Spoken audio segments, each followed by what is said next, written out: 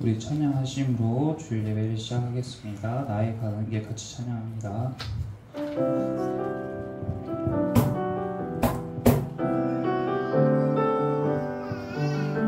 나의 가는 길, 나의 가는 길 주님 인도하시네.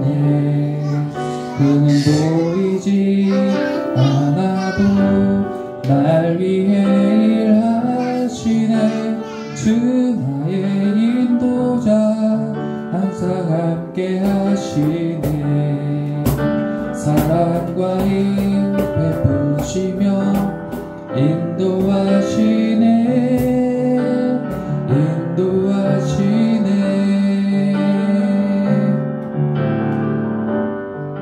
한 번 더 찬양합니다. 나의 가는 길, 나의 가는 길 주님 인도하시네. 그는 보이지 않아도 날 위해 일하시네. 주 나의 인도자 항상 함께 하시네. 사랑과 힘 베푸시며 인도하시네. 인도하시네. 광야에 길을 만드시고 날 인도해. 사망의 강 만드시는 보라. 하늘과 땅 변해도 주의 말씀 영원히 내 삶 속에 새 일을 행하리. 나의 가는 길, 나의 가는 길 주님 인도하시네.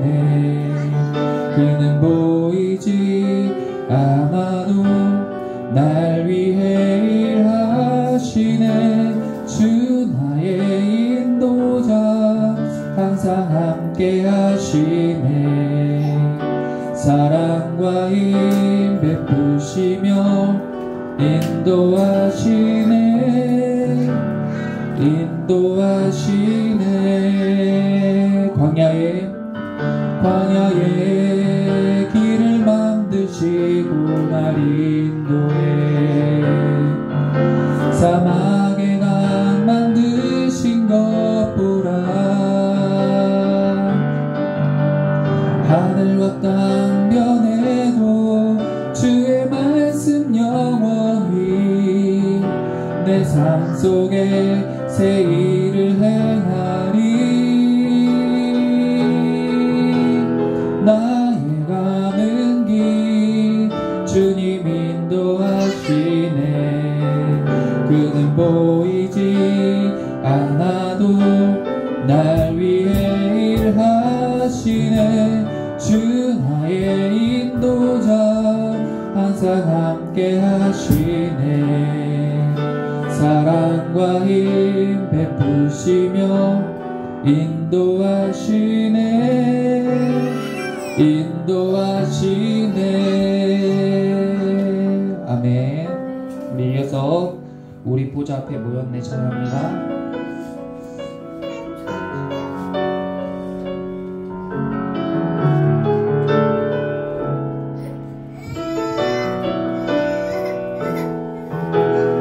우리 보좌 앞에, 우리 보좌 앞에 모였네.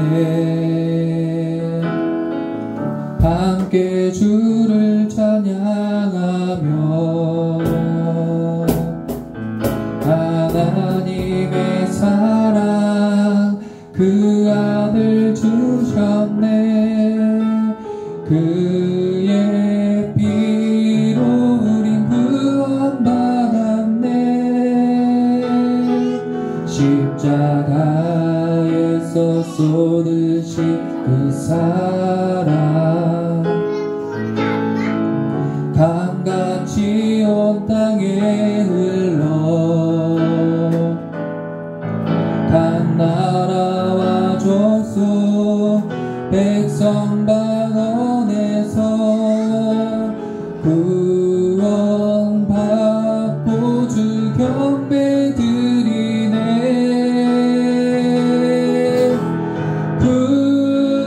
구원하심이 보좌에 앉으신 우리 하나님과 어린 양께 있도다. 구원하심이 보좌에 앉으신 우리 하나님과 어린 양께 있도다. 다시 한번 찬양합니다. 우리 보좌 앞에 모였네.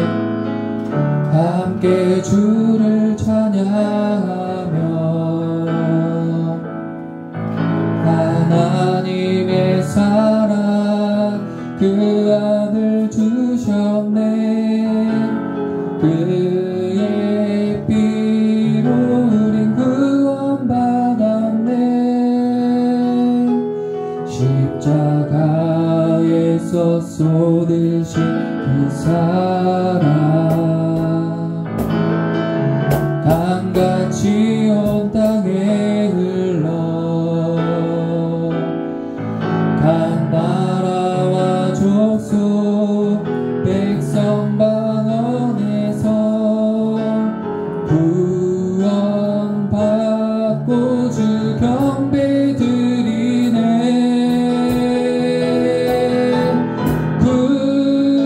구원하심이 보좌에 앉으신 우리 하나님과 어린 양께 있도다. 구원하심이 보좌에 앉으신 우리 하나님과 어린 양께 이 구원하심이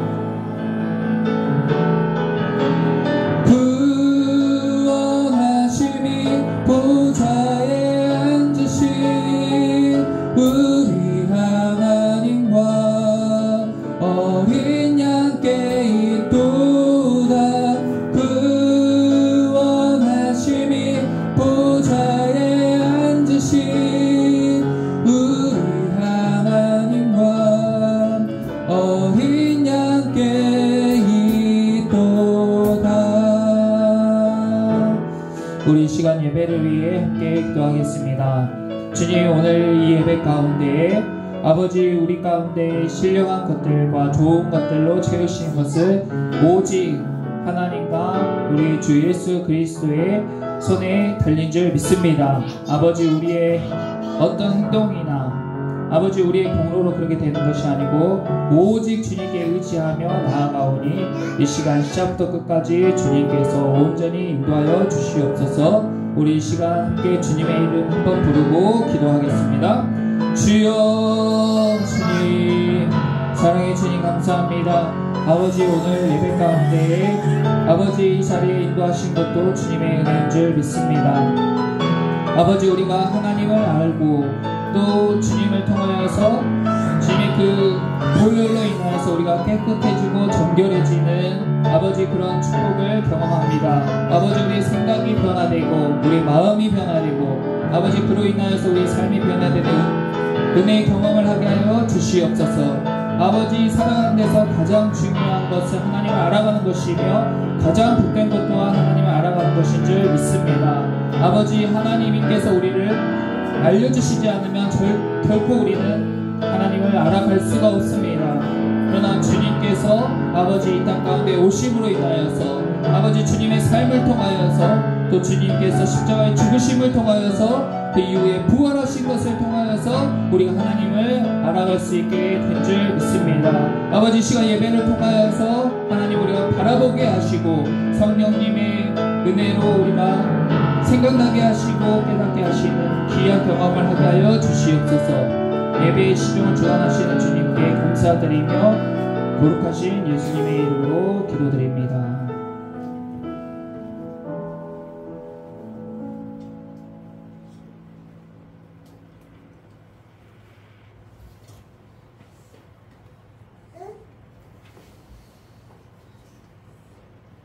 우리 소망이 되시는 하나님 아버지, 거룩한 주일을 맞이하여 또 주보원 마음으로 살아계신 주님을 찬양하며 영광 돌릴 수 있도록 인도하여 주시니 감사합니다.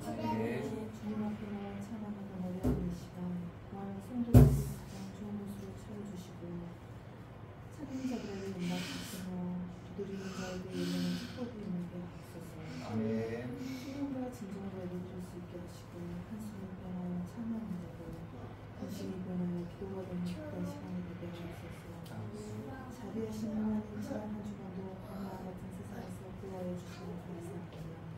하나님의 말씀대로 살기가 다짐하지만 작은 바람으로 이끌리는 저희의 인생을 긍휼히 여기시고 예수 그리스도의 거룩한 권위가 정결케 하여 주시옵소서. 세상을 향하던 영혼이 주님의 집으로 함께 하시고 하나님을 바라보는 믿음을 더하여 주시옵소서. 특별히 주님의 교회를 위해 세워진 이 교회를 기도합니다. 주님의 크신 성령과 계셔서 이곳에 우리 교회를 세워주셨사오니 우리 교회가 이 지혜에 의해서 다르게 생긴 믿음의 공동체로 자리매김할 수 있도록 인도하여 주옵소서. 우리 교회가 사망 권세를 이기고 부활하신 주님을 믿고 온전한 주님의 영광을 부르는 교회가 되게 하여 주옵소서. 주님의 영광 중에 재림하시는 그날까지 주님의 몸된 교회로서 주님을 나타내고 부족함이 없는 교회가 되게 하시고 성령의 뜨거운 역사가 매우 강하게 역사하는 교회가 되게 하옵소서. 오늘과 풍성하신 하나님 말씀을 하여 세우신 주님의 사자를 붙들어 주셔서 말씀이 온전히 선포될 수 있도록 능력과 함께 주옵소서. 말씀을 듣는 중에 참 하나님을 얻게 하시고 살아계신 말씀의 능력에 참을 수 있는 시간 되게 하여 주시옵소서. 말씀을 통하여 무엇이 주는지 우리가 품어야 될 비전과 소망이 무엇인지 분명히 깨닫는 시간 되게 하여 주옵시고 우리의 소망이 되시고 기쁨이 되시는 주 예수님 이름으로 기도드립니다. 아멘. 우리 모두 자리에서 일어나서 함께 지존하신 주님 이름 앞에 찬양 올려드리겠습니다.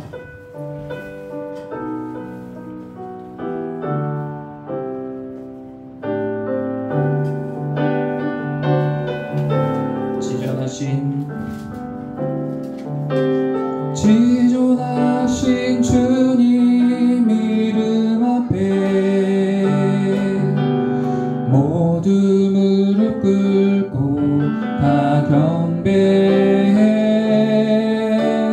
거룩하신 주님 보좌 앞에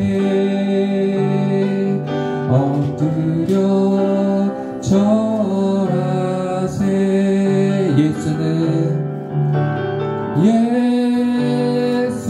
예수는 그리스도 예수는 주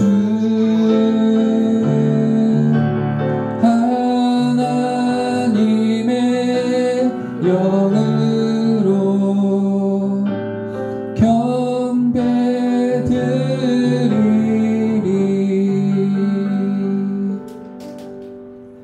교동문 29번 시편 65편입니다.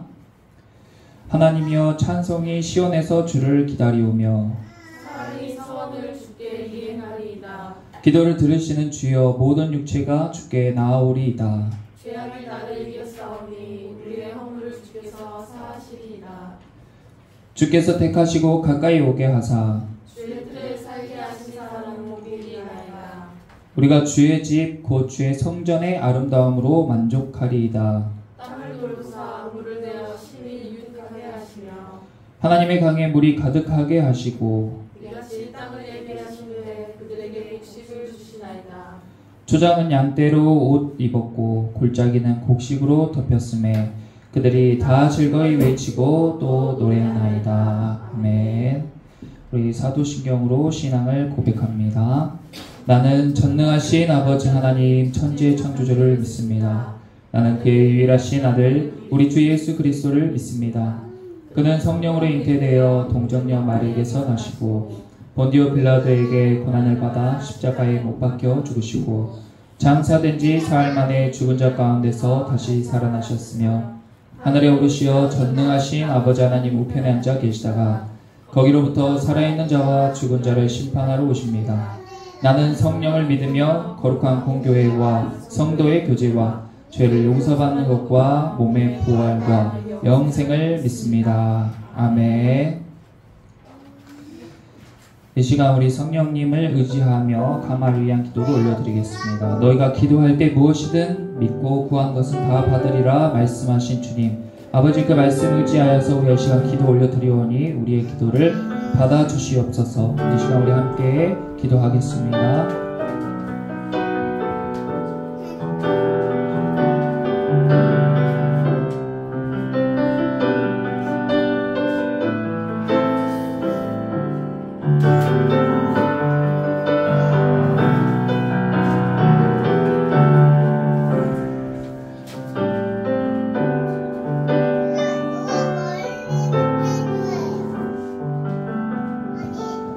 누구든지 그리스도 안에 있으면 새로운 피조물이라. 보라 이전 것은 지나갔으니 새 것이 되었도다 말씀하신 주님, 아버지 그 말씀대로 우리가 날로 새로워지는 은혜를 주님 안에서 경험하고 있는 줄 믿습니다. 아버지 우리의 마음이 새롭게 변화되게 하시고 생각이 바뀌게 하시고 우리의 습관과 우리의 행동이 바뀜으로 인하여서 우리의 인생이 변화되고 나로 인하여서 내 주변의 이웃들과 가족들과 직장생활이 변화되는 은혜를 경험하게 하여 주시옵소서. 아버지 오늘 또 우리가 말씀을 통하여서 하나님 알아가길 원합니다. 우리가 살아가는 중에 가장 큰 복은 하나님께서 우리에게 하나님을 알게 하시는 복인 줄 믿습니다. 아버지 이 시간 말씀을 통하여서 각자에게 은혜를 베풀어 주시옵시고 성령님께서 우리에게 역사하셔서 꼭 필요한 것들로 채워주실 줄 믿습니다. 아버지 이 시간 저희 가운데에 주님 함께 동행하여 주시고 이곳 가운데 임재하셔서 주님께서 예배를 주관하여 주시옵소서. 감사드리며 거룩하시고 사랑이 많으신 우리 주 예수 그리스도의 이름으로 감사드리며 기도하였습니다. 아멘. 교회 소식을 말씀드리겠습니다. 드디어 우리 화장실이 화요일날 공사를 하기로 했어요. 저희 사모님이랑 같이 그 타일을 고르러 갔는데 고민을 하다가 그래도 저희가 전체적으로 다 밝은 색으로 하려고 타일을 어두운 톤으로 할까 밝은 톤으로 할까 하다가 밝은 톤으로 하기로 했습니다. 이제 다음 주에는 아마 화장실이 바뀌어 있을 것 같습니다.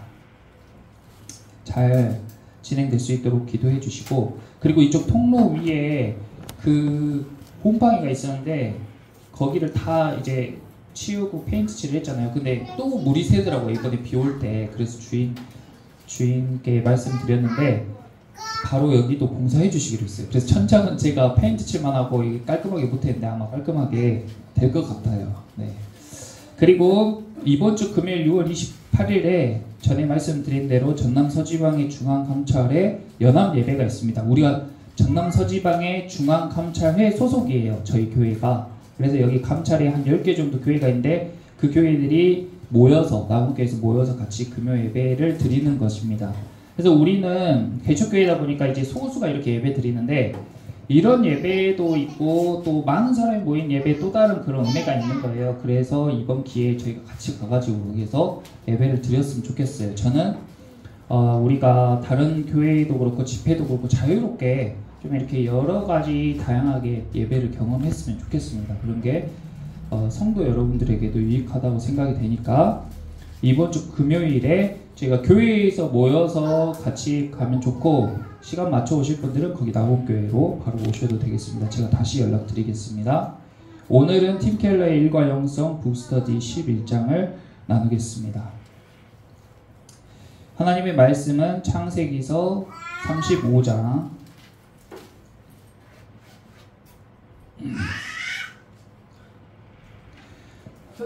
창세기서 35장 1절에서 29절 말씀, 우리는 1절에서 15절까지 같이 읽겠습니다. 창세기 35장 1절에서 15절까지 제가 한 절, 여러분이 한 절 읽습니다. 하나님이 야곱에게 이르시되 일어나 베델로 올라가서 거기 거주하며 내가 내 형 에서의 낯을 피하여 도망하던 때에 내게 나타났던 하나님께 거기서 제단을 쌓으라 하신지라. 야곱이 이를 자기 집안 사람과 자기와 함께한 모든 자에게 이르되 너희 중에 있는 이방 신상들을 버리고 자신을 정결하게 하고 너희들의 복을 바꾸어 입으라. 우리가 일어나 베델로 올라가자 내 환난날에 내게 응답하시며 내가 가는 길에서 나와 함께 하신 하나님께 내가 거기서 제단을 쌓으려 하노라 하매 그들이 자기 손에 있는 모든 이방 신상들과 자기 귀에 있는 귀뿌리들을 야곱에게 던지니라. 야곱이 그것들을 세겜 근처 상수리나무 아래에 묻고 그들이 떠났으나 하나님이 그 사명 고울들로 크게 두려워하게 하셨으므로 야곱의 아들들을 추격하는 자가 없었더라. 야곱과 그와 함께한 모든 사람이 가나안 땅 루스 곧 베델에 이르고 그가 거기서 제단을 쌓고 그곳을 엘 베델이라 불렀으니 이는 그의 형의 낯을 피할 때에 하나님이 거기서 그에게 나타나셨음이더라. 리브가의 유모 드보라가 죽음에 그를 베델 아래에 있는 상수리나무 밑에 장사하고 그 나무 이름을 알론라고 부르라 불렀더라. 야곱이 바단 아람에서 돌아오매 하나님이 다시 야곱에게 나타나사 그에게 복을 주시고 하나님이 그에게 이르시되 내 이름이 야곱이지만은 내 이름을 다시는 야곱이라 부르지 않겠고 이스라엘의 내 이름이 되리라 하시고 그가 그의 이름을 이스라엘이라 부르시고 하나님이 그에게 이르시되 나는 전능한 하나님이라 생육하며 번성하라. 한 백성과 백성들의 총회가 내게서 나오고 왕들이 내 허리에서 나오리라. 내가 아브라함의 자식이 준 땅을 내게 주고 내가 내 후손에게도 그 땅을 주리라 하시고 13절에서 15절까지 함께 읽겠습니다. 하나님이 그와 말씀하시던 곳에서 그를 떠나 올라가시는지라. 야곱이 하나님이 자기와 말씀하시던 곳에 기둥 곧 돌기둥을 세우고 그 위에 전제물을 붓고 또 그 위에 기름을 붓고 하나님이 자기와 말씀하시던 곳의 이름을 베델이라 불렀더라. 아멘. 우리가 영화나 드라마를 좋아하잖아요. 근데 지금 야곱 이야기를 이렇게 쭉 보는데 마치 드라마 같아요. 그래서 점점 더 재미있어지는 것 같아요, 저는. 이 부분에서 아주 그 드라마가 보통 16화 정도 하는데 8화에서 12화 가면 이제 기승전으로 가서 가장 이제 그 클라이맥스로 이렇게 극적인 상황으로 딱 넘어가잖아요. 야곱의 이야기는 야곱이 자기 죄로 인해서 고향에서 떠나갔고 그리고 자기가 그 집으로 다시 돌아오는 여정을 보여주는 한편의 큰 서사, 드라마 같아요. 야곱이 어렸을 때 자기 형 에서에게 속임으로 인해서 축복을 다 빼앗아 받은 것으로 죽을까봐 염려해서 집에서 도망 나가잖아요. 그리고 다시 며칠 후에 집에 돌아오려고 했는데 그 집에 다시 돌아온 여정이 20년 이상 쭉 크게 인생을 한 바퀴 돌아가지고 다시 자기 집으로 오는 거예요. 그래서 오늘은 그 야곱이 돌아오는 결정적인 전환기 그리고 야곱의 신앙이 그 과정에서 성숙해지는 전환점 클라이맥스를 딱 찍는 과정입니다. 우리도 신앙생활을 하다 보면 뭐 어렸을 때 교회 다녔던 사람도 있고 아니면 커서 다녔던 사람도 있고 근데 나 지금 일이 좀 바쁘다 아니면은 쟤 때문에 교회 가기 싫다 조금 이따 다시 가야지 하고 교회를 안 다녔다가 하나님으로부터 멀어졌다가 금세 그냥 다시 갈 줄 알았는데 어느새 돌아보니까 내가 먼 길 뺑 돌아온 그런 경험을 하는 경우가 많이 있습니다. 저도 마찬가지였어요. 저도 부모님과 할아버지 할머니 때문에 어려서부터 교회를 다녔지만 그때는 그냥 가족이 다니니까 그냥 다닌 거죠. 예수님이 어떤 분인지 하나님이 어떤 분인지 그리고 신앙생활이 내 삶 가운데 어떻게 영향을 미치고 어떻게 하나님과 동행하는 삶을 살아야 되는지 그런 것들은 전혀 모르고 살다가 중고등학교 때 이제 친구들과 어울리는 게 좋고 그리고 노는 것이 좋고 하니까 교회를 멀리 했어요. 그래서 나는 언제든지 교회에 다시 금방 올 수 있을 줄 알았죠. 그런데 다시 예수님을 인격적으로 만나고 내가 신앙생활을 잘하기까지 오랜 시간을 거쳐온 거예요. 그리고 돌아보면 그 오랜 이 돌아가는 시간에 그냥 돌아가도 안타깝지만 그 돌아가는 시간 가운데 어려움, 문제, 고난 이런 것들이 있었다는 거예요. 꼭 야곱 같아요. 수요일에 우리가 함께 나눴는데 야곱의 딸 디나가 당해선 안 될 일을 당합니다. 있어서 안 될 일이 일어났어요. 그런데 그것도 큰 비극이지만 디나가 세겜의 족장에게 몹쓸 짓을 당한 이후에 야곱의 아들들이 세겜 사람들을 속임으로 인해서 그 세겜 족속 모두를 다 죽이는 끔찍한 살인사건이 일어나요. 그것도 너무 큰 비극인데 더 정말 우리로 하여금 눈을 찌푸리게 만드는 것은 시므온과 레위 두 사람이 그 족속을 다 칼로 죽이는데 집에서 아파서 누워있는 사람들은 집집마다 들어가서 칼로 다 죽였단 말이에요. 도륙을 했어요. 그런데 그것을 지켜보던 형제들이 그 세겜 사람들이 다 죽자 어떻게 했어요? 남자들이 다 죽으니까 가서 그곳의 여인들과 자식들을 다 취하고 재물들을 훔치기 시작했어요. 하나님을 알고 신앙생활 하는 사람들의 모습입니다. 야곱과 야곱의 가족들은 교회예요. 야곱은 그 교회의 성도들을 인도하는 지도자입니다. 그런 여정을 우리에게 보여주고 있는 거예요. 그런데 중요한 것은 뭐냐면 야곱이 이 가족들, 자기에게 맡겨진 성도들을 어떻게 양육했냐? 야곱이 양육한 결과가 이겁니다. 무엇이 옳습니까? 34장 마지막 절에 아니 우리 누이를 그럼 창녀같이 대한 게 옳습니까? 그리고 교회의 지도자는 상황에 대해서 이야기해주지 못해요. 세겜의 족장이 자기 딸을 강간함으로 인해서 자식들이 막 분개하는데 야곱이 그것에 대해서 어떻게 행동해야 되는지 어떻게 처신해야 되는지 이야기해주지 못해요. 그러니까 각자가 생각하기에 옳은 대로 행동하는데 그 결과가 엉망진창인 거예요. 누구는 그 사람들 다 죽이는 게 정의라고 하고 어떤 사람은 이 사람들의 물건은 마땅히 취해도 된다고 생각하고 죽은 사람들의 물건을 취하고 있습니다. 엄청나게 혼란스러운 상황이죠. 그리고 야곱은 자기가 이제 이 일로 인하여서 죽게 되었다고 자식들에게 화를 냈어요. 그래서 오늘 35장을 보면 이 야곱의 삶 가운데 어려움의 정점을 찍고 다시 하나님께로 돌아가는 그런 계기를 지금 보여주고 있는 거예요. 하나님이 야곱에게 딱 나타났어요. 이 타이밍에. 야곱이 너무 혼란스럽고 이제 가나안 족속들이 이 소식을 들으면 벌떼같이 달려들어서 자기 집안을 몰살시킬 위기예요.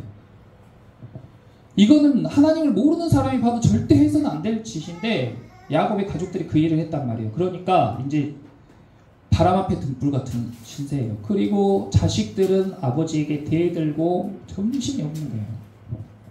근데 그 타이밍에 하나님이 나타나셨어요. 그래서 뭐라고 하냐면 일어나 베델로 올라가라 이렇게 얘기해요. 일어나 베델로 올라가라 이렇게 이야기했어요. 하나님께서 우리 삶 가운데 무언가 딱 지시를 하시잖아요. 근데 우리가 평소에는 말을 안 듣습니다. 내 마음에 하나님의 음성이 들리거나 하나님의 감동이 있어도 이게 하나님의 감동인가? 이게 하나님 하시는 말씀인가? 귀 기울여 듣지 않고 무시해버려요. 이거 내가 좀 오버하는 거지. 이거는 아닐 거야 하고 넘어가요. 그런데 우리가 어려운 일을 당할 때, 힘든 일을 겪을 때, 내 삶에 큰 문제가 있을 때에는 그런 하나님의 감동과 음성이 크게 들리는 거예요. 바로 순종해요. 이것이 예수님이 산상수훈을 할 때에 사람들에게 천국으로 가는 첫 번째 지름길, 그리고 복받는 첫 번째 조건이 심령이 가난한 자는 복이 있나니 천국이 그들의 것이며 이렇게 말씀하신 거예요. 심령이 가난하다는 것은 내가 하나님을 갈망하고 갈급해하는 상황으로 심령이 갈급해질 수 있지만 평소에 내가 등 따숩고 배부르면 심령이 안 가난해요. 그러니까 하나님을 안 찾아요.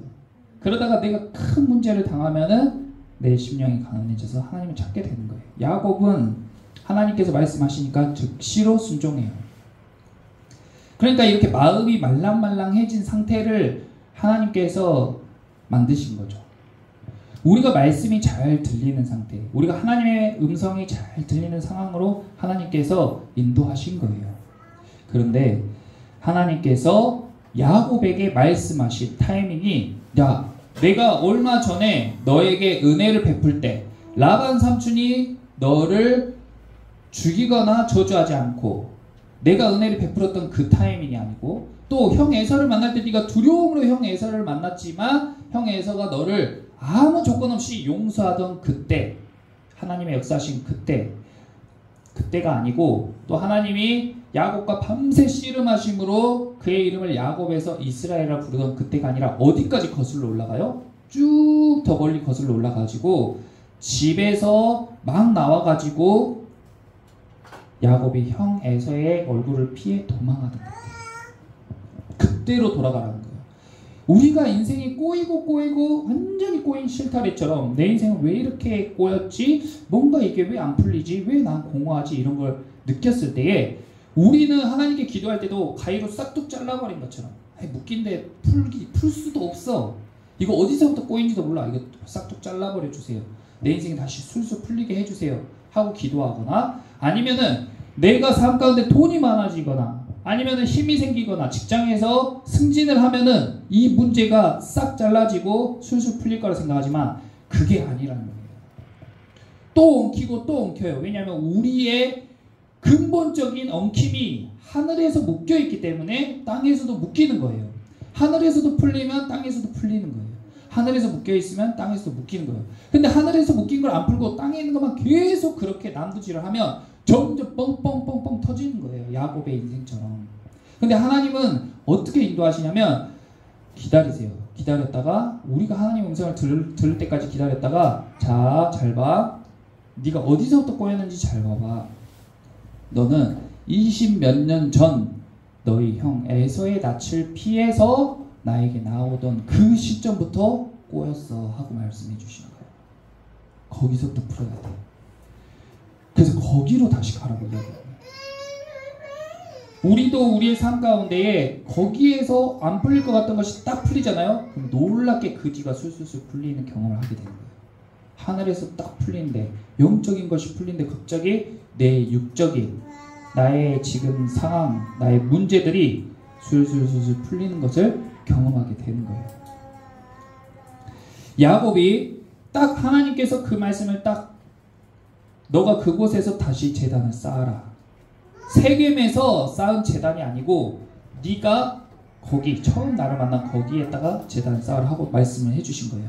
2절에 야곱이 이에 자기 집안 사람들과 자기와 함께한 모든 자에게 이르되, 지금 야곱은 교회랑 같다고 했어요. 이 시대에는 교회가 따로 없잖아요. 그냥 가족에서 아버지가 목회자의 역할을 하고 가족들은 성도와 같은 거예요. 근데 먼저 하나님께서 목회자에게 은혜를 주시고 목회자에게 깨닫게 하시고 그런 감동을 경험하게 하세요. 그러면은 이 목회자가, 지도자가 메시지로 성도들에게 이야기하면서 그것에 순종하는 사람은 같은 복을 받고, 그렇지 않은 사람들은 또 한 바퀴 돌아가는 경험을 하게 되는 거예요. 지금 아버지가 이제 딱 하나님을 만나서 은혜를 경험하니까 자녀들에게, 자기 집안 사람들에게 딱 이야기를 하는 거예요. 뭐라고 이야기하냐면, 너희 중에 있는 이방 신상들을 버려라. 이게 첫 번째예요. 이방 신상들을 버려라.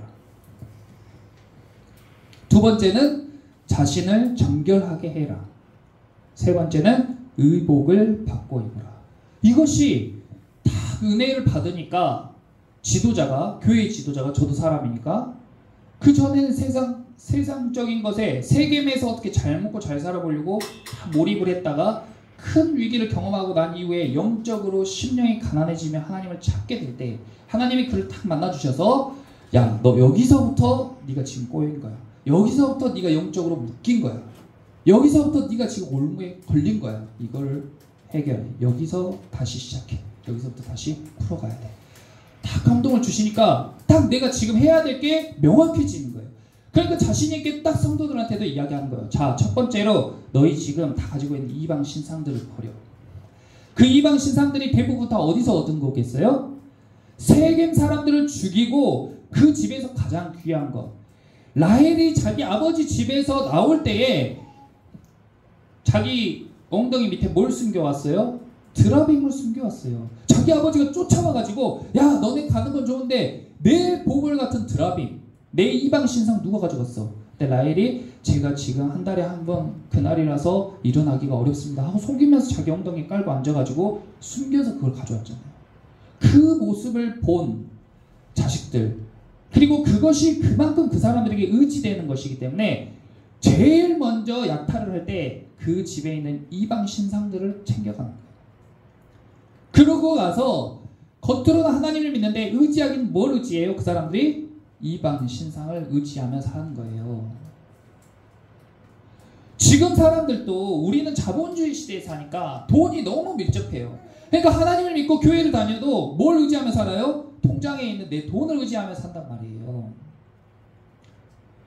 그것이 이방 신상이 된 거예요. 근데 야곱이 그것을 버리라고 해요. 버리기가 쉬웠겠어요? 어렵죠. 어려운데 그것을 버리라고 했어요. 그것을 버림으로 어떻게 된 거예요? 두 번째, 정결하게 되는 거예요. 성결하게 되는 거예요. 깨끗해지는 거예요. 그리고 의복을 받고 입으라. 의복을 받고 입으라는 것은 어떤 의미냐면 단순히 너네 옷이 지저분하니까 옷을 바꿔 입어라 이게 아니에요. 태초에 아담과 하와가 있었는데 하와가 선악을 알게 한 나무를 먹고 또 아담에게도 그것을 먹게 했어요.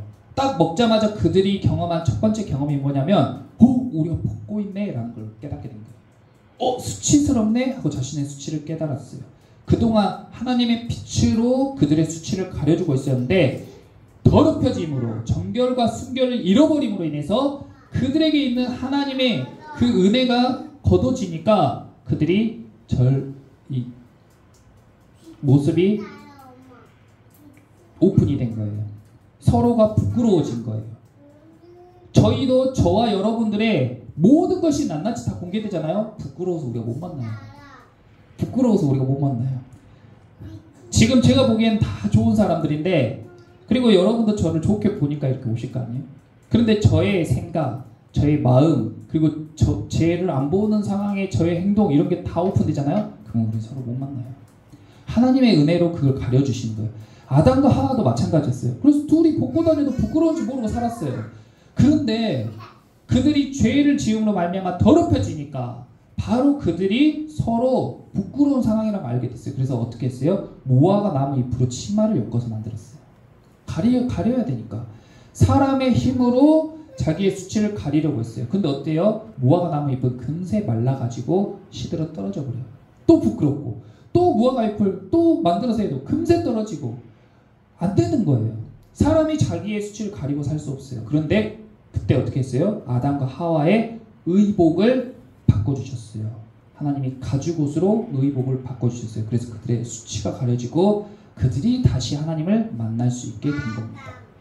우리는 거룩하지 못한 상태에서 하나님을 만날 수가 없어요. 왜 교회에 와도 나는 아무 감동이 없어요? 아무 감흥이 없어요. 왜 예배드려도 아무 감흥이 없어요? 우리가 하나님 만날 준비가 안 됐기 때문이에요. 영적인 이야기예요. 내가 정결해져야지 하나님을 만날 수 있고 정결해져야지 하나님 음성이 들리는 거라고요. 의복을 받고 입어야 하나님을 만날 수가 있는 거예요. 성경의 시작인 창세기에서도 우리가 의복을 받고 입는 것으로 시작해요. 성경의 마지막인 계시록에서도 의복에 대한 이야기가 있습니다. 우리 성경을 잠깐 찾아볼게요. 성경 맨 뒤에 요한계시록이라는 책이 있어요. 성경은 우리가 죄로 인해서 죽을 수밖에 없었던 그 운명이 어떻게 하나님의 은혜로 우리가 구원을 받게 되는지, 그리고 예수님께서 어떻게 오시게 되는지, 그리고 오셔서 어떻게 했는지, 이 이후로 어떻게 오실지에 대해서 기록되어 있어요. 마지막 책 계시록은 아직 이루어지지 않은 일들이 많이 기록됐단 말이에요. 여기에서 의복에 대한 이야기가 나오는데 요한계시록 2장을 봐보세요. 2장 17절.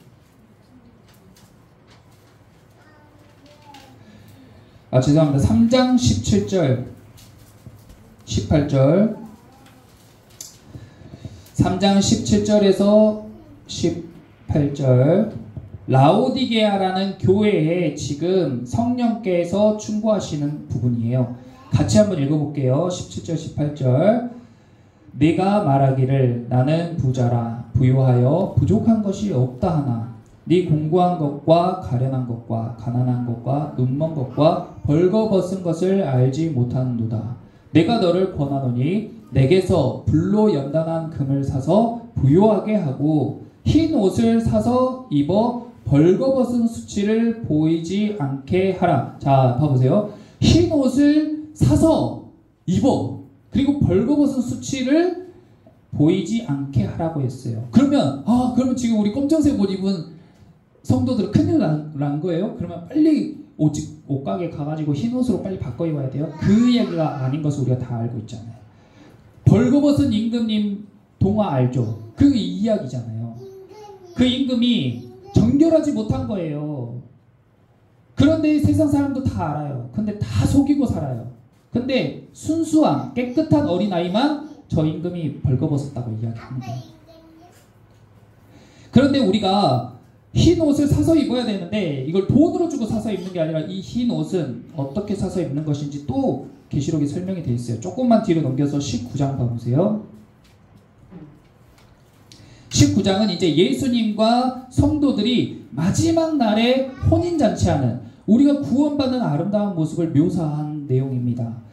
7절, 19장 7절에서 8절 같이 읽어볼게요. 이제 예수님과 우리가 만난 거예요. 읽어보겠습니다. 우리가 즐거워하고 크게 기뻐하며 그에게 영광을 돌리세 어린 양의 혼인 기약이 이르렀고 그의 아내가 자신을 준비하였으므로 그에게 빛나고 깨끗한 세마포 옷을 입도록 허락하셨으니 이 세마포 옷은 성도들의 옳은 행실이로다.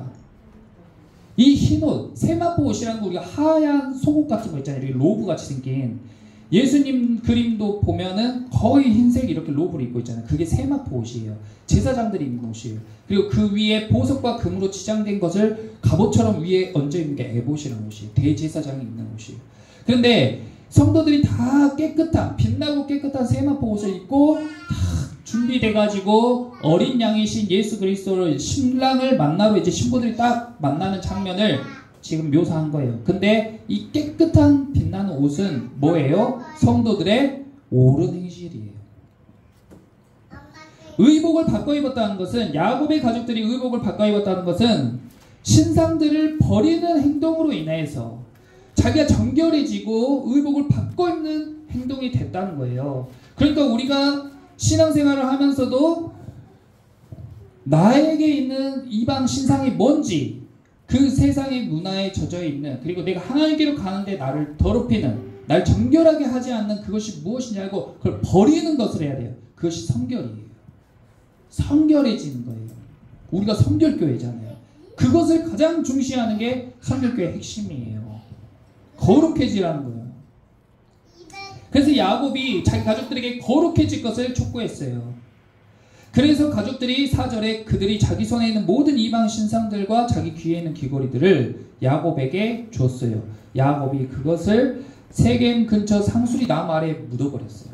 그것들이 대부분 다 비싸고 값진 것들이란 말이에요. 다 줘버렸어요. 그러니까 그 야곱이 땅에 묻었어요. 야곱을 비롯한 야곱의 자녀들 집안 사람들이 성결해지고 거룩해지는, 영적으로 성숙해지는 과정입니다. 신앙생활을 하면, 여러분들이 교회를 다니면서 예배를 드리고 신앙생활을 하면 이런 경험을 하게 되는 거예요. 하나님께 감동을 받고, 나에게 지금 이런 것들을 버려야 되구나 딱 버리고, 그러면서 하나님의 은혜를 딱 경험하는. 자, 야곱에게 어떤 일이 일어났습니까? 5절 봐보세요. 그들이 떠났으나 하나님이 그 사면 고을들로 크게 두려워하게 하셨으므로 야곱의 아들들을 추격하는 자가 없었더라. 이게 얼마나 대단한 일입니까? 야곱의 인생이, 자, 야곱은 다른 사람을 두렵게 하는 사람이었어요? 아니면 다른 사람들을 두려워하는 사람이었어요? 야곱은 두려워하는 사람이었어요. 어려서는 누구를 두려워했어요? 형 에서를 두려워했어요. 베델에서 처음 하나님을 만났을 때는 하나님을 두려워했어요. 라반 삼촌을 두려워했어요. 다시 형을 만날 때도 두려움에 막 몸서리쳤단 말이에요. 밤새 잠도 못 자고. 이 사람은 의심이 많고 자기가 약한 줄 알기 때문에 두려움에 평생 젖어 사는 사람이에요. 그러니까 자기 자식들이 살인을 저질렀을 때 너희 그렇게 살인하면 어떡하냐, 죽은 사람 물건 훔치면 어떡하냐 혼내는 게 아니라 야 너희 때문에 이제 나 죽게 생겼다. 두려움의 자식들을 책망했던 야곱이에요. 근데 두려움에 쩔어 살았던 야곱이 하나님께 은혜 받고 정결해지고 의복을 받고 입음으로 성결해진 다음에 아무것도 안 했어요. 그거 막 힘이 있어 보이고 영향력이 있으려고 아무것도 안 했다고요. 그런데 온 지면에 사람들이 그들의 가족을 두려워하게 된 거예요. 교회가 부유하고 사람이 많아서 영향력이 있고 사람들에게 영향을 끼치는 게 아니에요. 교회는 거룩해지고 성결해짐으로 인해서 이웃들에게 영향을 끼치는 겁니다. 우리의 머릿수로 우리의 영향력이 결정되는 게 아니에요. 하나님이 우리와 함께 하시고 우리가 우리에게 죄짓게 하는, 우리로 하여금 넘어지게 하는, 우리로 하여금 올무에 걸리게 하는, 우리를 묶이게 만드는 것들을 계속 버리는 작업, 계속 씻는 작업을 하면서 정결해지면 정결해질수록 사람들은 우리를 좋은 의미로 두려워해요. 세상이 어찌하지 못하는 인생, 세상이 감당 못하는 교회가 되는 겁니다. 그래서 야곱과 그의 가족들이 이제 가나안 땅을 루스, 곧 베델에 다 가게 되는 거예요. 여기에서 이제 베델에 도착해서 7절에 그가 거기서 제단을 다시 쌓았어요. 그것을 엘 베델이라고 불렀습니다. 왜 엘 베델이라고 불렀어요? 엘은 하나님이죠. 벳은 집이란 뜻이에요. 하나님 집, 하나님은 어떤 뜻이에요? 하나님의 집에 계시는 하나님이라는 뜻이에요. 그러니까 처음에 베델을 갔을 때는 거기에 이름을 베델이라고 불렀어요. 여기가 하나님의 집이구나. 왜냐면 거기서 하나님을 만났으니까. 근데 자기가 어디에 있든지 나는 베델에 안 있어도 세겜에 있어도 나는 예배할 수 있어. 난 거기에다 제단을 쌓고 엘로헤 이스라엘이라고 이름 짓고 넌 거기서 예배할 수 있어 라고 이야기했어요. 코로나 시대가 되면서요, 사람들이 교회를 떠나요. 교회에 모이지 말라고 나라에서 막 하니까 교회를 떠나요. 그리고 유튜브로도 예배 드릴 수 있어. 집에서 성경 보면서 예배 드릴 수 있어 하는데 그것이 아니라는 거예요. 하나님이 거기로 가라는 거예요. 어디로 가라는 거예요? 베델로 가라는 거예요. 그래서 하나님의 집에 계신 하나님을 만나게 된 거예요. 엘 베델. 지금 저와 여러분이 예배하는 이곳이 엘 베델인 줄 믿습니다. 이곳 가운데서 하나님 만나야 될 때가 있고 또 삶 가운데서 만나야 될 때가 있는 거예요. 그래서 거기에서 이제 하나님께서 야곱을 만나 주시잖아요. 그래서 10절에 야곱에서 이스라엘로 불렀어요. 그 전에도 하나님이 야곱에서 이스라엘로 이름을 바꿔 불렀지만 우리가 교회에 나오기만 한다고 해서 예배만 드린다고 해서 우리가 진짜 크리스찬으로 또 진정한 하나님의 사람으로 거듭났다고 할 수 없는 것처럼 이것은 이제 시작이고 과정이에요. 죽을 때까지 우리는 쭉 그 과정, 그 여정을 걸어가는 거예요. 야곱이 하나님을 만나고 이방 신상들을 버리고 정결해지는 과정을 통해서 이제 정말 야곱이 아니라 이스라엘이 되는 그런 과정으로 들어갔다는 거예요. 인생이 딱 바뀌는 거예요. 생각이 바뀌고 마음이 변하고 하나님의 사람으로 딱 바뀝니다. 그런데 이것은 그냥 되는 게 아니고 첫 번째 어떤 과정이 있었어요? 첫 번째는 형 에서 화해하는 과정이 있었어요. 형 에서와의 갈등 때문에 평생 20년 동안 마음의 짐, 그 마음의 짐 때문에 하나님께 못 다가가요. 용서하는 게 그렇게 중요한 거예요. 마음의 불편함, 마음에 용서하지 못하는 사람, 누군가에게 분노하고 원수를 품고 있는 사람은 하나님께 가는 게 딱 막혀요. 그러니까 예수님의 보혈로 그것을 딱 허물어 주는 거예요. 어떻게 해요? 예수님이 진짜 원수 같은 사람들을 용서함으로, 아무 죄도 없는데 십자가에 그렇게 잔인하게 그렇게 모욕스럽게 죽인 그 사람들을 다 용서하는 것을 보여줌으로 우리로 하여금 우리 원수들을, 우리로 하여금 우리가 미워할 사람들을 용서할 수 있게, 또 나의 잘못을 용서받을 용기를 주시면서 형과의 화해를 통해서 첫 번째 이스라엘로 변화된 거예요.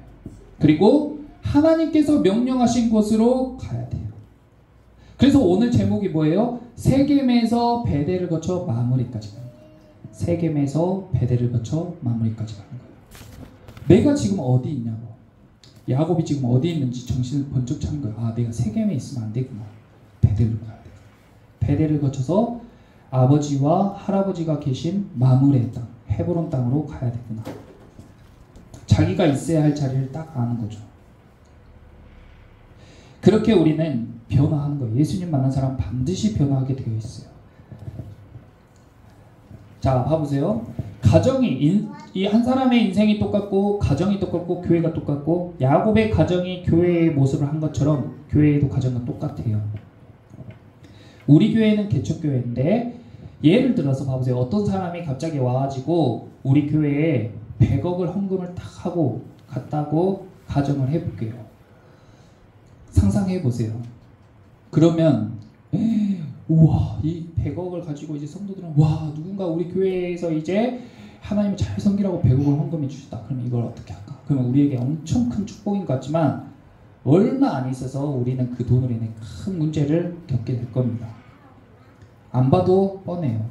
왜냐하면 우리는 우리 머리로 당장에 딱 떠오르는 거, 우리 교회에 누군가 100억을 헌금했다. 그럼 그것을 무엇을 하겠어요?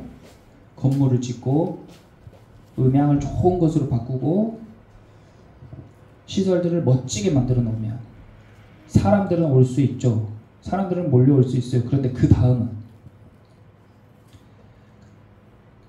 그 사람들이 서로 옳다고 하고 각자 원하는 대로 가자고 하고 싸우고 불화를 일으키고 경쟁하고 시기 질투하고 난리 나는 거예요. 어떻게 할 수 있냐면 야곱의 집을 보세요. 야곱이 부자가 됐어요. 야곱이 부자가 됐는데 화목하고 행복하고 하나님께 영광 돌리는 삶을 삽니까? 그러지 않잖아요. 더 큰 부를 추구하고 자식들은 다 자기가 옳다는 대로 행동하고 살인하고 도둑질하고 강간당하고. 왜 그래요? 준비가 안 돼 있기 때문에 그래요. 교회에는 성장이 목표가 아니에요. 사람들은 저한테 이런 질문 자주 해요. 교회 몇 명 출석합니까? 교회 몇 명 출석하는 게 뭐가 중요해요? 제가 검도장 할 때도 그런 질문 많이 해요. 학생들이 몇 명이 돼요? 그러면 학생들 한 명당 교육비가 이 정도고 몇 명이면 저 사람 수입이 이 정도구나. 그럼 저 사람 성공했구나. 저 사람 실패했구나. 그렇게 판단하는 거예요. 아무리 이구로 아니라고 해도 하는 질문이 거기까지밖에 없어요. 왜냐하면 생각이 그 정도밖에 못 미치니까 그래요. 여러분도 누군가에게 그런 질문을 받을 거예요. 개척교회 다니는데 성도가 몇 명이냐. 거기서 그게 나쁘다는 게 아니고 거기서 그치면 안 된다는 거예요. 성도가 많으면 어쩔 거예요. 성도가 많고 헌금이 많으면 11조 하는 사람이 많으면 어쩔 거냐. 거기서 그치면 안 된다고요. 그러면 교회는 뭐가 중요해요? 교회는 영적인 성숙으로 인도하는 곳이에요.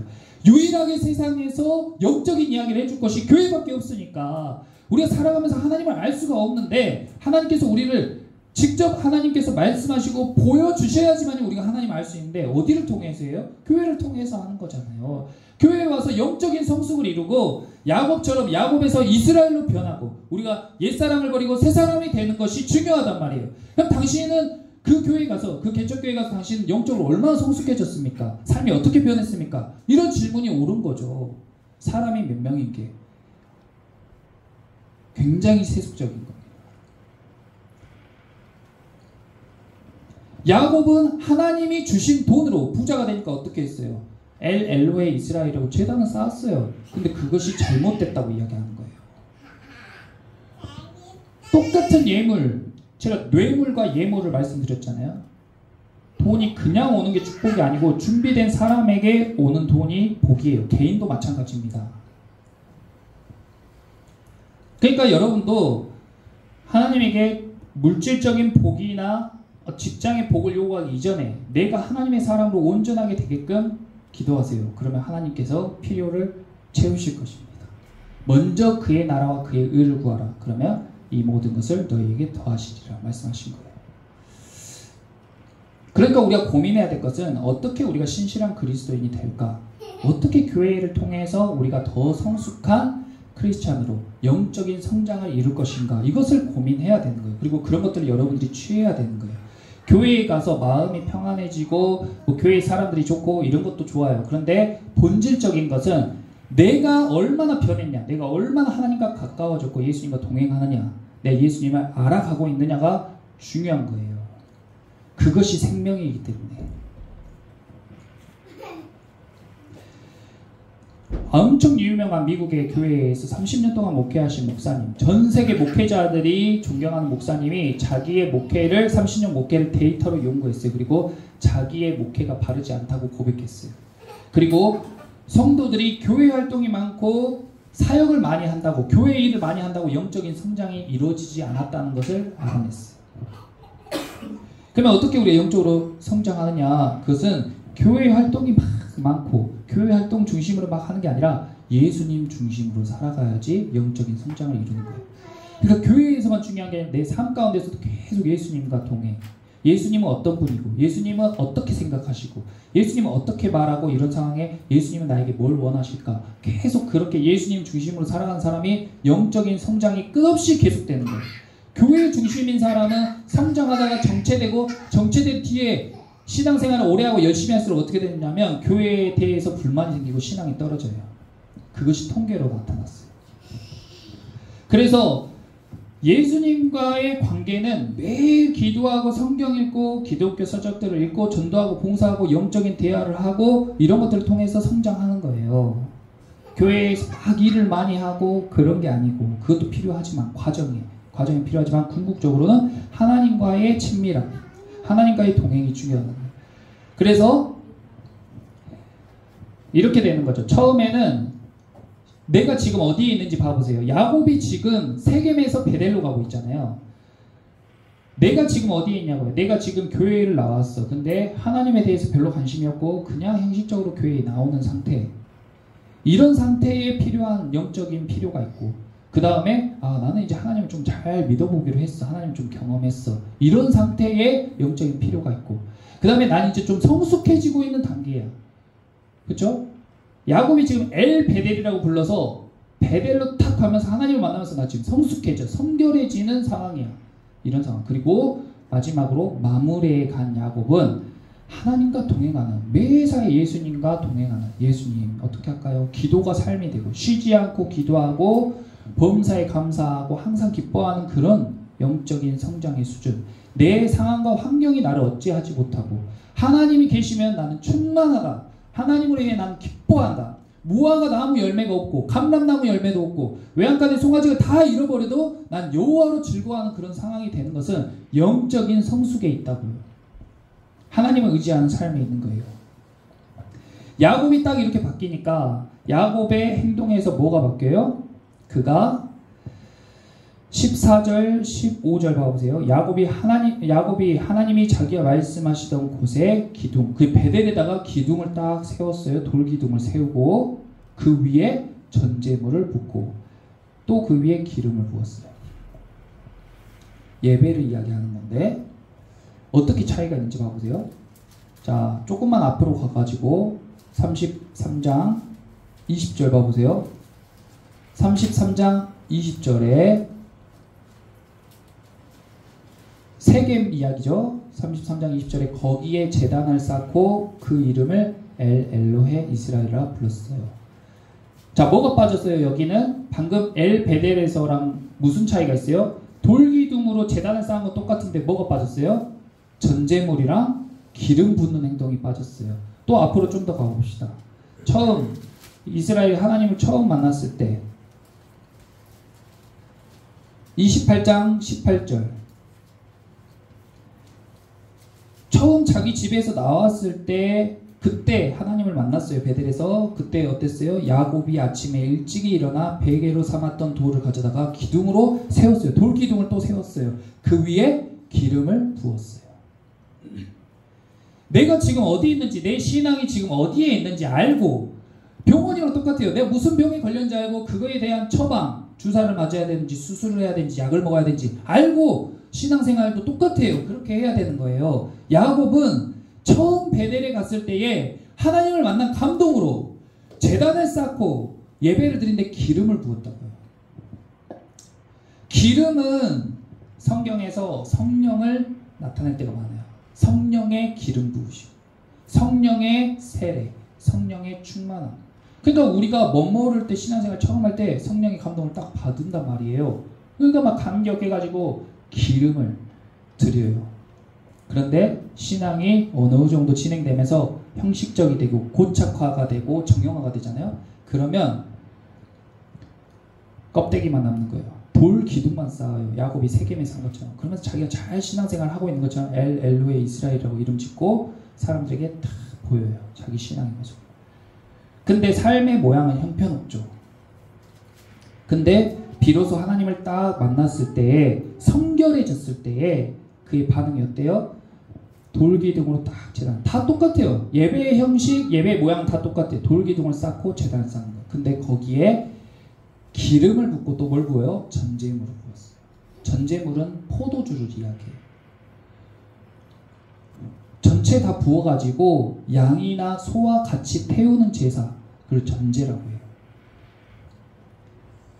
포도주는 예수님의 피를 의미합니다.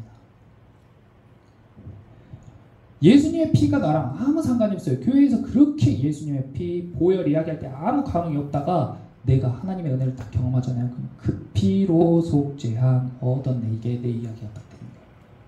아, 내가 절대 내 힘으로 깨끗해질 수 없는 사람인데 예수님의 보혈의 능력으로 깨끗해지구나. 내 영혼이 깨끗해지구나. 내 생각이 깨끗해지구나. 이것을 내가 빛나고 흰 세마포 옷으로 입는 방법은 예수님의 피로 나를 정결하게 하는 것이구나 라는 것을 깨닫게 되는 거예요. 그러니까 예수님의 피가 큰 은혜로 다가오는, 십자가가 내 십자가가 되고 예수님의 피가 나의 능력이 되는 그 경험을 하게 되는 거예요. 제일 중요한 복음의 핵심이죠. 그리고 또 한 가지 의미는 포도주는 먹기에도 아까운 거예요. 비싼 거예요. 고급진 거예요. 근데 내가 은혜 받고 나니까 그것을 과감하게 부을 수 있어요. 평생 모은 재산으로 살 그 향유 옥합, 결혼할 때 쓸 혼인 예물로 준비한 향유 옥합을 예수님을 만나니까 팍 깨트려가지고 예수님의 머리와 발에 흐르도록 했던 그 여인처럼, 제자들은 아니 이 비싼 것을 팔아가지고 가난한 사람 도와주면 좋았을 것을 왜 그걸 그렇게 허비하냐 했는데 예수님은 그 여인을 혼내지 말라고 했어요. 왜냐면 그게 예배니까. 똑같이 교회에 100억을 헌금해도 어떤 사람은 자기를 과시하고 자기가 더 복받기 위해서 100억을 헌금한다. 그러면 그것이 야곱이 세겜에서 쌓은 제단과 같이 의미 없는 것이 되고, 방금 전제물을 확 부었던 것처럼 향유옥합을 딱 깨뜨린 것처럼 드리게 되면 그것이 하나님 앞에 향기로운 예물이 되는 거예요. 그러니까 그 중심과 마음이 훨씬 더 중요하다는 거예요. 야곱은 이제 진짜 예배자가 됐어요. 그리고 그곳을 베델이라고 부른 거예요.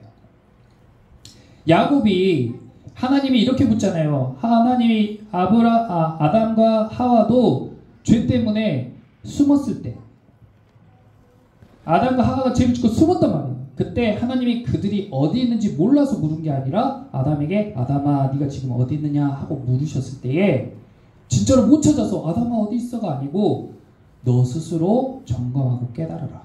네가 지금 어디 있냐? 야곱아, 너가 지금 어디에 있냐? 너가 지금 베델에 있어야지.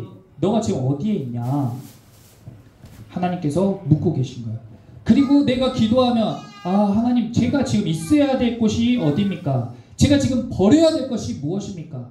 내가 지금 깨끗해질 것이 무엇입니까? 하고 물어야 되는 거예요. 네가 지금 어디 있는지 점검하라는 거예요. 신앙의 점검을 하라는 거예요. 야곱이 이제 예수님의 보혈로 거듭났어요. 성결해졌어요.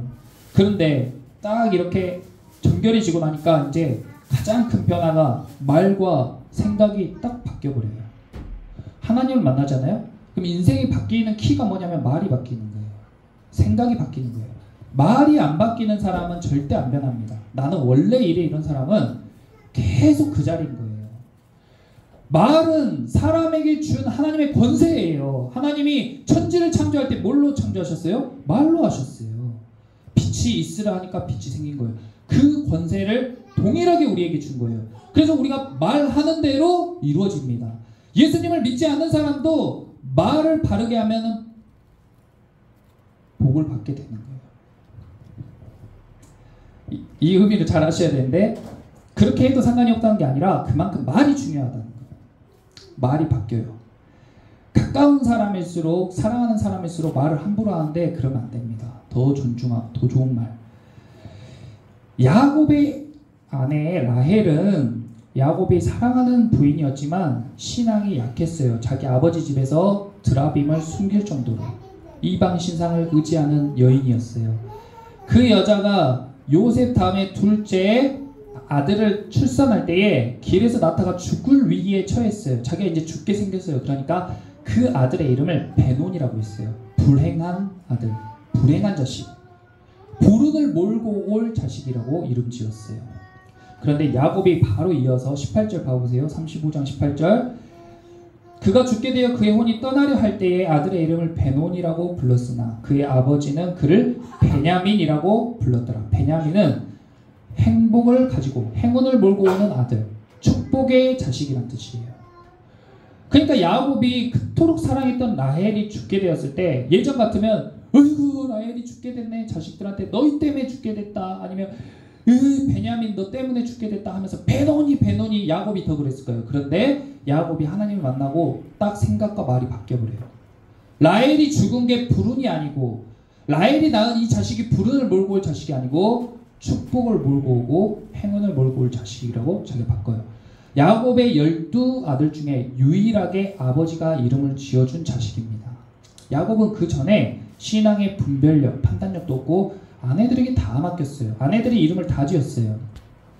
근데 하나님을 딱 만나고 정결해지고 거룩해지고 자기가 가야 될 방향이 명확해지고 신앙의 확신이 드니까 딱 말하는 거예요. 아니, 얘는 베논이가 아니고 베냐민이야. 아, 나 어떻게 살아야 될지 잘 모르겠다. 뭐가 맞는지 모르겠다. 그럼 성경을 읽으세요. 예배하세요. 기도하세요. 그럼 내 삶이 갈 길이 명확해져요. 하나님이 인도하시는 대로 따라가면 쉬워요. 내가 내 길을 개척하려면 너무 어렵고 고생을 하는데 하나님을 따라가면 인생이 쉬워요. 믿음으로 살면 인생이 쉬워요. 행복해져요. 복을 받는 길이에요. 하나님께서 왜 야곱을 이스라엘로 변화시켜요? 왜 하나님께서 우리를 변화시키려고 이렇게 애를 쓰세요? 하나님께서 왜 막 우리를 이렇게 힘든 길로 고난받게 하고 왜 이렇게 역경을 허락하시냐고요. 그것은 9절 봐보세요. 35장 9절에 야곱이 paddan 아람에서 돌아오매 하나님이 다시 야곱에게 나타나서 그에게 복을 주시고. 왜 야곱을 이스라엘로 만들어요? 하나님이 주시기 원하시는 복이 있는데 준비가 돼야 그걸 준다고요. 이스라엘이 되면은 엄청난 복을 그에게 주려고 막 준비하고 있어요. 전능하신 하나님이 막 생육하고 번성하고 백성들이 그에게 나오고 왕들이 나오게 준비를 하고 있다고요. 엄청난 복을. 근데 야곱은 그걸 모르고 안 변하려고 애를 쓰면은 줄 수가 없는 거잖아요. 마찬가지로 저와 여러분에게도 하나님이 풍성한 은혜, 엄청난 축복을 준비하고 있는데 안 변하면 못 받는 거예요. 신령한 것들, 하늘의 문을 열어버려가지고 쏟아지게 우리 인생 가운데 부어주려고 하시는 그 은혜가 막힌다는 거예요. 신앙의 여정이 있습니다. 이스라엘은, 야곱은 여기에 자기가 어머니처럼 의지했던 8절에 유모 드보라가 죽었어요. 자기 어머니처럼, 자기 태어날 때부터 자기를 어머니처럼 돌봐줬던 유모 드보라가 죽었어요. 자기가 가장 사랑했던 라헬이 죽었어요. 그리고 자기 27절에 자기 아버지 이삭이 죽었어요. 어때요? 내가 의지했던 것들이 다 사라지는 거예요. 여러분이 의지했던 것들이 사라지는 순간 여러분들이 무너지는 순간이에요. 근데 야곱은 어때요? 무너지지 않아요. 왜냐하면 이제 더 이상 유모를 의지하거나 사랑하는 라헬을 의지하거나 든든한 아버지를 의지하는 게 아니라 누구를 의지하니까? 하나님을 의지하게 되니까. 그가 의지했던 모든 것이 사라져도 야곱은 든든하게 서가는 겁니다. 그러므로 여러분도 내가 삶 가운데 하나님보다 더 의지하는 것이 있다. 그것이 여러분들이 점검해야 돼. 그리고 내가 하나님이 가라고 하는데 지금 버티고 있는 것이 있다. 그것이 여러분들이 점검해야 될 거예요. 그래서 야곱처럼 베델을 거쳐서 마므레로 이방 신상들을 버리고 정결해지고 의복을 바꿔 입음으로 예수님의 그 은혜가 내 은혜가 되고 예수님의 십자가가 내 십자가가 되고 삶이 완전히 변화되는, 그것이 우리 교회가 여러분들에게 줄 수 있는 가장 좋은 것, 큰 유익이고 삶에 꼭 필요한 하나님의 인도하심입니다. 그런 것들을 경험하게 되시기를 예수님의 이름으로 축복합니다. 기도하겠습니다. 사랑해 주님 감사합니다. 아버지, 오늘 말씀을 통하여서 우리가 지금 어디 있는지 점검하고 또 야곱이 이스라엘로 변하게 되는 극적인 장면을 우리가 보게 되었습니다. 야곱이 바뀌면서 그의 가족들도 함께 변화되고 거룩해지고 정결해지고 예수님의 그 크신 은혜가 내 은혜가 되고 말과 행동이 생각이 바뀌는 엄청난 변화의 현장을 우리가 목격하였습니다. 내가 사랑했던 사람들이 다 사라질 때에도 흔들리지 않고 하나님을 바라보며 든든히 서갈 수 있는 야곱과 같은 인생이 우리의 인생이 될 수 있도록 주님 역사하여 주시옵소서. 감사드리며 예수님의 이름으로 기도하였습니다. 아멘. 우리 함께 자리에서 일어나서 찬양하시고 기도하심으로 예배를 마치겠습니다.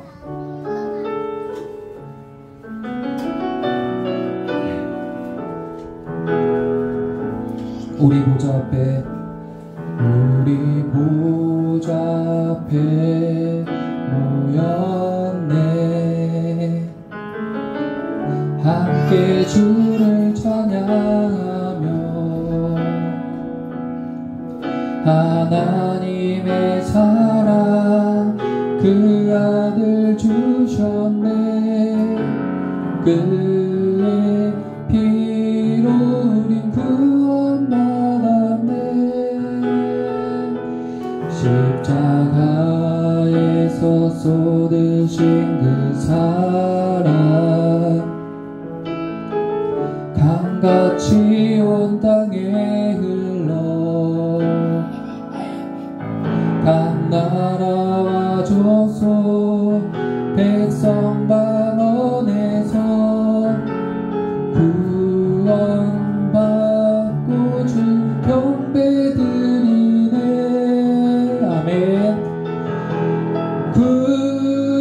구원하심이 보좌에 앉으신 우리 하나님과 어린 양께 있도다.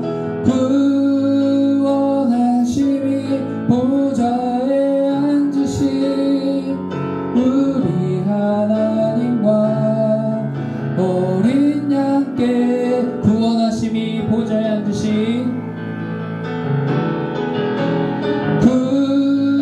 구원하심이 보좌에 앉으신 우리 하나님과 어린 양께 있도다.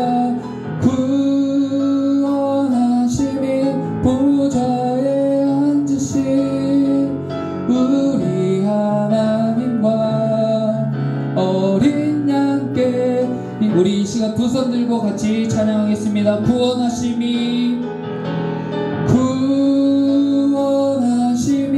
보좌에 앉으신 우리 하나님과 어린 양께 있도다. 구원하심이 보좌에 앉으신 우리 하나님과 어린 양께 있도다.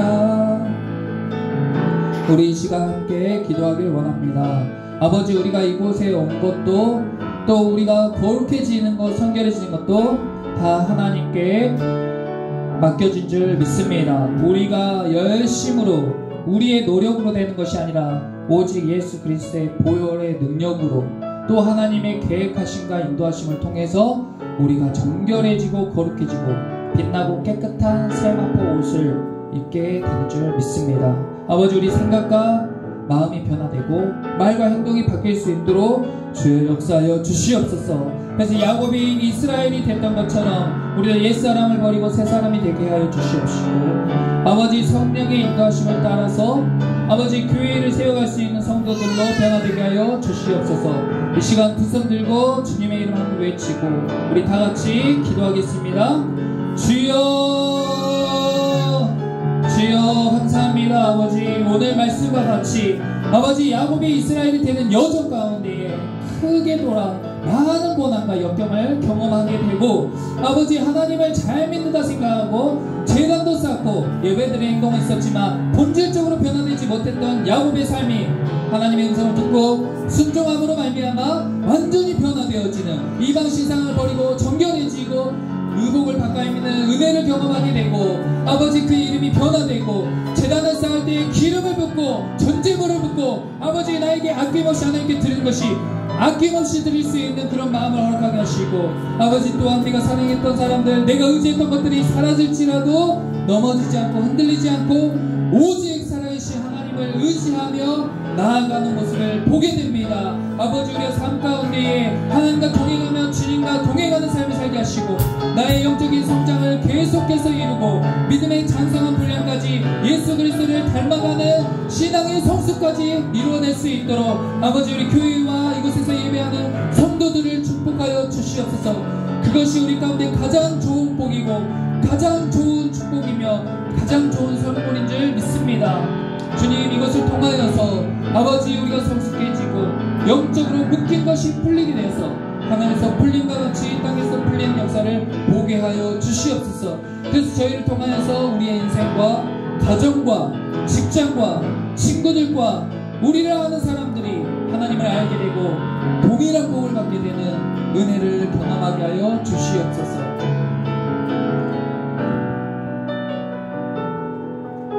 항상 기뻐하라 쉬지 말고 기도하라 범사에 감사하라 이런 말들이 아버지 우리가 하나님을 알기 전에는 예수님을 만나기 전에는 불가능한 것처럼 느껴졌지만 이제는 하나님과 동행함으로 하나님을 알아감으로 예수님을 알아감으로 인하여서 우리는 항상 기뻐하고 쉬지 않고 기도하고 범사에 감사하는 인생으로 변화될 줄 믿습니다. 그것이 가장 큰 복이고 삶이 행복해지는 방법이며 우리가 무엇에도 궁핍하지 않고 매사에 만족할 수 있는 풍족한 삶을 누리는 방법인 줄 믿습니다.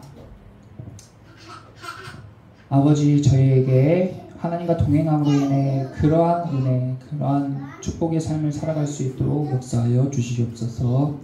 이제는 우리를 오랜 시간 동안 기다려주시고 인내하심으로 서서히 우리를 변화시키는 그 하나님의 크신 사랑하심과 또 우리를 위하여서 우리를 깨끗게 하기 위하여서 정결하게 하기 위해서 우리를 구원하시기 위해서 이 땅에 오시고 십자가에 못 박히신 이후에 부활하신 우리 주 예수 그리스도의 그 은혜와 또 지금도 하나님을 알게 하시고 예수님을 만나게 하여 주시는 성령님의 감화와 감동과 교통하심이 오늘 예배를 드리는 모든 사람들과 우리를 통해 복을 받는 모든 사람들에게 지금부터 영원토록 함께 계시기를 간절히 축원하옵나이다.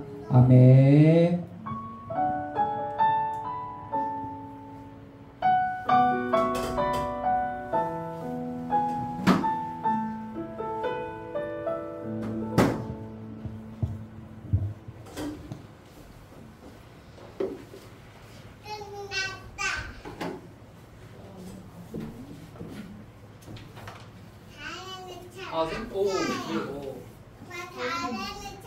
볼륨만 올려주면 돼요. 볼륨만 돌려서.